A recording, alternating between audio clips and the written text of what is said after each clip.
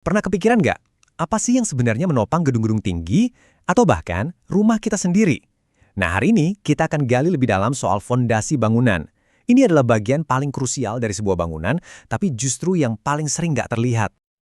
Oke, kita mulai dari pertanyaan yang paling umum. Benar nggak sih kalau rumah satu lantai itu fondasinya pasti simpel, sementara gedung pencakar langit butuh fondasi yang super rumit? Jawaban singkatnya, nggak juga. Wah, kalau mikirnya sesimpel itu bahaya loh. Bahkan para profesional pun kadang masih ada yang kejebak sama mitos ini. Kenyataannya itu jauh lebih menarik dan jawabannya ada persis di bawah telapak kaki kita. Jadi, kalau bukan soal tinggi bangunan, terus apa dong yang jadi penentu utamanya? Jawabannya ada di bawah kita. Yang jadi rajanya, yang benar-benar ngambil keputusan itu adalah kondisi tanah itu sendiri. Kita akan fokus ke satu kategori yang namanya fondasi dangkal. Gampangnya, fondasi jenis ini dipakai kalau tanah di dekat permukaan itu udah cukup kuat buat ngerjain tugas berat menopang bangunan. Terus, apa aja sih yang dipertimbangin sama insinyur? Ada 3 faktor kunci. Pertama, daya dukung tanah. Ini soal seberapa kuat sih tanahnya. Kedua, beban bangunan. Jelas ya, seberapa berat strukturnya. Dan ketiga, risiko penurunan atau settlement. Ini buat ngukur apakah tanahnya nanti bakal amblas dan amblasnya itu rata atau enggak. Jadi lihat kan, jumlah lantai itu cuma bagian kecil dari faktor nomor 2 aja. Coba deh bayangin jenis-jenis fondasi itu bukan kayak tingkatan kekuatan, tapi lebih kayak alat-alat khusus di dalam kotak perkakasnya insinyur. Setiap alat dirancang buat pekerjaan yang spesifik. Alat yang pertama adalah fondasi telapak.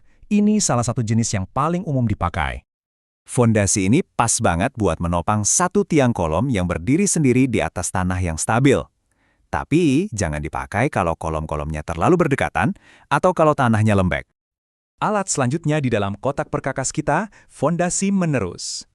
Nah, kalau alat yang ini tugasnya buat menopang beban yang panjang dan nyambung, contoh paling gampangnya ya dinding. Jadi beratnya disebar merata di sepanjang garis dinding itu. Dan untuk pekerjaan paling berat di tanah yang kondisinya kurang bagus, para insinyur biasanya bakal ngeluarin fondasi rakit. Ini tuh sebenarnya kayak satu lempengan beton raksasa yang nutupin seluruh area bawah bangunan. Tujuannya, biar seluruh struktur bangunan jadi satu kesatuan, seolah-olah diletakkan di atas satu tikar besar.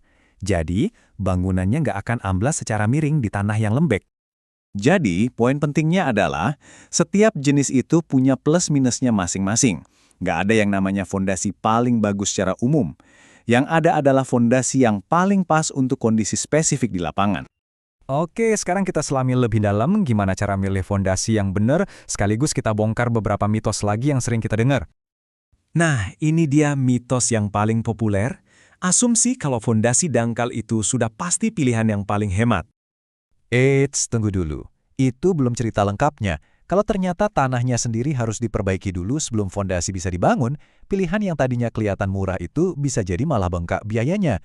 Yang penting itu biaya total keseluruhan sistemnya. Ini ada lagi asumsi lain yang cukup berisiko. Mikir kalau satu kali tes tanah aja udah cukup buat tahu semua kondisi di lokasi proyek. Kenyataannya, kondisi tanah di bawah satu bangunan itu bisa beda banget loh, padahal jaraknya cuma beberapa meter.